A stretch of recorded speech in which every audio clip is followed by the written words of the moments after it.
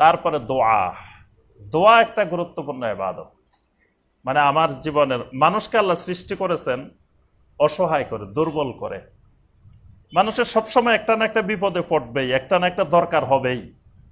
পৃথিবীতে কোনো মানুষকে আল্লাহ রাব্বুল আলামিন স্বয়ং সম্পূর্ণ করে বানান নাই, মানুষকে অসহায় করে, দুর্বল করে বানানো হয়েছে।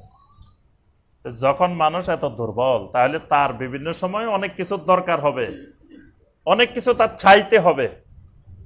এই চাওয়াটা বান্দা কার কাছে চাইবে? একমাত্র আল্লাহ রাব্বুল আলামিনের কাছে। দোয়া কেন নবী সাল্লাল্লাহু আলাইহি ওয়াসাল্লাম বলেছেন আদ-দুআউ হুয়াল ইবাদাহ, দোয়া একটা গুরুত্বপূর্ণ ইবাদত। আল্লাহ পাক কোরআনে কারিমেও দোয়াকে ইবাদত হিসাবে নির্ধারণ করছেন। আল্লাহ পাক প্রথমে দোয়ার ফজিলত বর্ণনা করছেন যে উদউনি আস্তাজিব লাকুম ওয়া ক্বালা রাব্বুকুম উদউনি আস্তাজিব লাকুম, যে তোমরা আমার কাছে দোয়া করো, আমি দোয়া কবুল করি। সুবহানাল্লাহ। ইন্নাল্লাযীনা ইস্তাকবিরুনা আন ইবাদাতি সাইয়াদখুলুনা জাহান্নামা দাখিরিন। কেউ যদি অহংকার করে, সে আমার কাছে দোয়া করে না, আল্লাহ পাক তাকে জাহান্নামে নিক্ষেপ করবেন। এখানে দোয়াটাকে আল্লাহ পাক ইবাদাতি, ইন্নাল্লাযীনা ইস্তাকবিরুনা আন ইবাদাতি, এই ইবাদাতি মানে দোয়াই, মানে অহংকার করে দোয়া করে না। তাহলে দোয়া একটা গুরুত্বপূর্ণ ইবাদত। সমস্ত ইবাদতের একমাত্র মালিককে আল্লাহ পাক কোরআনে কারিমে সর্বপ্রথম যে নির্দেশটা দিয়েছেন, সেই নির্দেশটা হলো ইবাদতের নির্দেশ দিয়েছেন। কোরআনে কারিমের শুরু থেকে আমরা যদি তেলাওয়াত করে আসি, আলিফ লাম মিম যালিকাল কিতাবু লা রাইবা ফিহি হুদাল লিল মুত্তাকিন, এখান থেকে তেলাওয়াত করে আসেন। আস্তে আস্তে দেখবেন কোনো অর্ডার দেন নাই আল্লাহ পাক, কোনো নির্দেশ দেন নাই। প্রথম শুধু বলছেন মুত্তাকিন কারা, মুত্তাকিনের বৈশিষ্ট্য কি, তারপরে কাফেরদের কথা বলছেন, তারপরে মুনাফিকদের কথা বলছেন, তারপরে অনেকগুলো দৃষ্টান্ত দিচ্ছেন। সর্বপ্রথম কোরআনে কারিমের শুরুতে প্রথম যে নির্দেশটা আল্লাহ পাক দিচ্ছেন, সেটা হলো ইয়া আইয়ুহান নাসু উবুদু রাব্বাকুমুল্লাযী খালাকাকুম ওয়াল্লাযীনা মিন ক্বাবলিকুম লাআল্লাকুম তাত্তাকুন। এটা হলো কোরআনে কারিমের প্রথম থেকে সর্বপ্রথম নির্দেশ। ইয়া আইয়ুহান নাস, হে দুনিয়ার সমস্ত মানুষ, উবুদু রাব্বাকুম, ইবাদত করো কার? একমাত্র তোমাদের রবের। এরপরে আল্লাহ পাক রবের পরিচয় দিচ্ছেন। আর সর্বপ্রথম নিষেধাজ্ঞা যেটা কোরআনে আল্লাহ পাক নিষেধ করছেন, সেটা হলো শিরক। এর পরের আয়াতে আল্লাহ পাক বলছেন ফালা তাজআলু লিল্লাহি আনদাদা ওয়া আনতুম তা'লামুন। সর্বপ্রথম নিষেধাজ্ঞাটা হলো খবরদার, জেনে শুনে আমি আল্লাহর সাথে কোনো কিছুকে সমকক্ষ নির্ধারণ করিও না।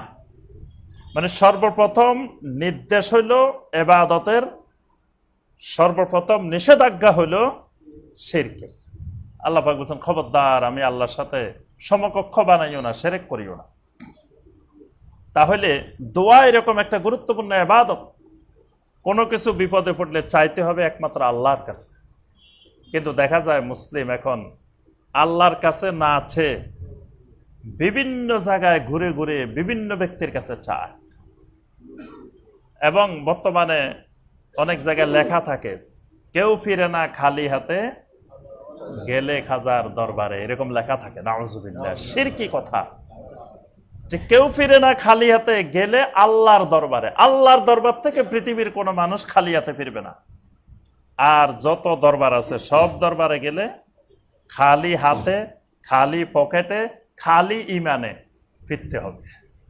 মানে ইমান যেটা নিয়ে গেছেন সেটাও হারাইতে হবে, টাকা যেগুলো নিয়ে গেছেন এগুলোও হারাইতে হবে। তাহলে পকেটও খালি হবে, ইমানও খালি হবে। কারণ সেখানে ওয়াজ নসিহত তদবির যা চলে সব পকেট খালি করার জন্য। মানুষের পকেট কিন্তু খুব সংরক্ষিত, মানুষ সহজে কিন্তু পকেট থেকে কিছু বাহির করে না। এটা বাহির করানো অনেক কঠিন। এটা বাহির করতে হলে মানুষ দেখবেন ডাকাতে ধরলে মানুষ মেরে ফেলায়, তাও টাকা পয়সা বের করে না, মোবাইল বাইর করে না, কিছু দিতে চায় না। কিন্তু দেখেন ওই সকল জায়গায় গেলে মানুষ সব দিয়ে দিচ্ছে। তাহলে কেন দিচ্ছে? ওই বের করার জন্য, এই টাকা পয়সা বের করার জন্য প্রথম থেকে শুরু করে এমন এমন বয়ান, এমন এমন আলোচনা, এমন ওয়াজ নসিহত আপনাকে নরম বানাইতে বানাইতে বানাইতে এক পর্যায়ে গিয়ে আপনি সব দিয়ে দিবেন। তাহলে আমরা যে কথাটা বলতেছিলাম যে সবকিছুর দোয়ার আশ্রয়স্থল, দোয়ার মালিক, দোয়ার কেন্দ্রবিন্দু হলো একমাত্র আল্লাহ রাব্বুল আলামিন। আর কারো কাছে কোনো কিছু চাইলে সেটা কি শিরক। অনেকের সন্তান হয় না, ছেলে মেয়ে হচ্ছে না, কিছুদিন চেষ্টা করছে, আল্লাহর কাছে চাইছে, চাওয়ার পরে দেখা যাচ্ছে হচ্ছে না। এখন মনে করে যে মনে হয় আল্লাহ শুনতেছে না, আল্লাহ মনে হয় দিবে না, নিরাশ হয়ে গেছে। এবার চলে গেছে বিভিন্ন জায়গার দরবারে, বিভিন্ন জীবিত ওলি, মৃত ওলি, তাদের কাছে চলে গেছে, গিয়ে তাদের কাছে চাওয়া শুরু করছে যে আমার ছেলে দরকার, আমার মেয়ে দরকার, এই জাতীয় বিভিন্ন ধরনের দোয়া।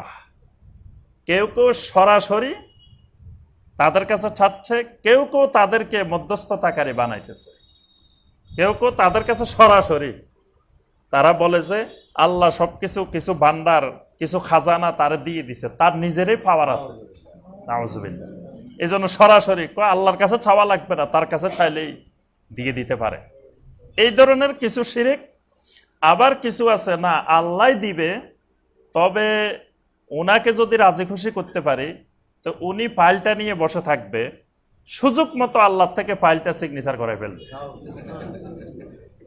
কারণ আমি তো ওই সময়টা সুযোগটা পাচ্ছি না, কোন সময় যে আল্লাহকে একটু অবসর পাওয়া যাবে নাউজুবিল্লাহ, সেই সময় যে ফাইলটা একটু সিগনেচার করা নিবে, তো এটা যদি আমি ওই আল্লাহর ওলিকে দায়িত্বটা দিতে পারি তো উনি ফাইলটা নিয়ে রাখবে, যখন সুযোগ পাবে, যেমন আফ্রিকা জঙ্গলে গেল মিটিংয়ে অথবা আকাশে গেল মিটিংয়ে, ওই মিটিংয়ের ফাঁকে দিয়ে সিগনেচার করাই ফেলবে।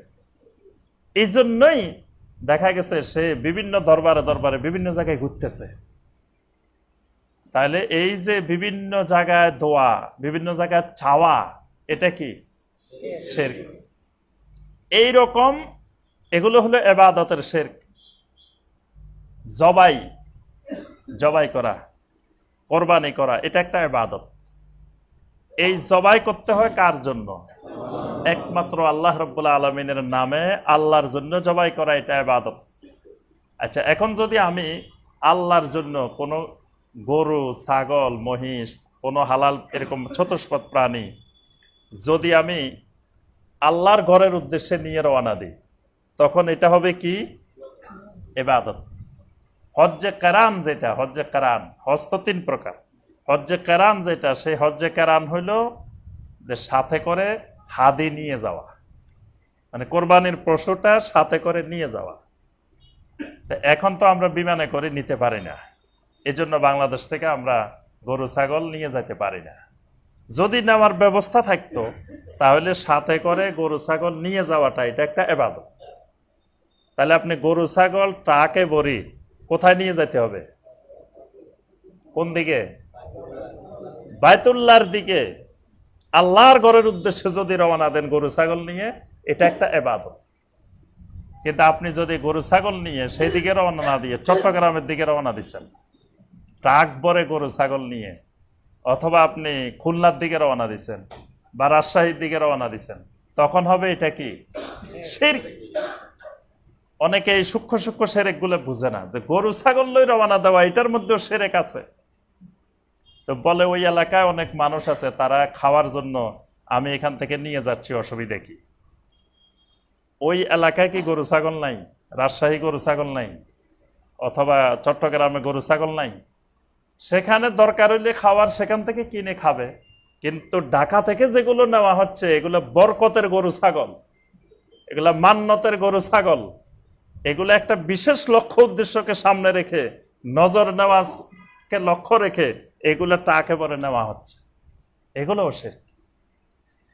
এই জাতীয় অসংখ্য ইবাদতের শিরক, তারপরে রুবুবিয়তের শিরক, শত শত শিরক সমাজে প্রচলিত।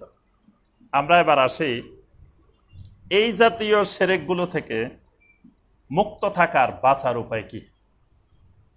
আমাদের কথাবার্তায় শিরক, চিন্তা চেতনায় শিরক। যেমন আমরা এখনো এই দেশের মানুষ ভাগ্য গণনায় বিশ্বাস করি।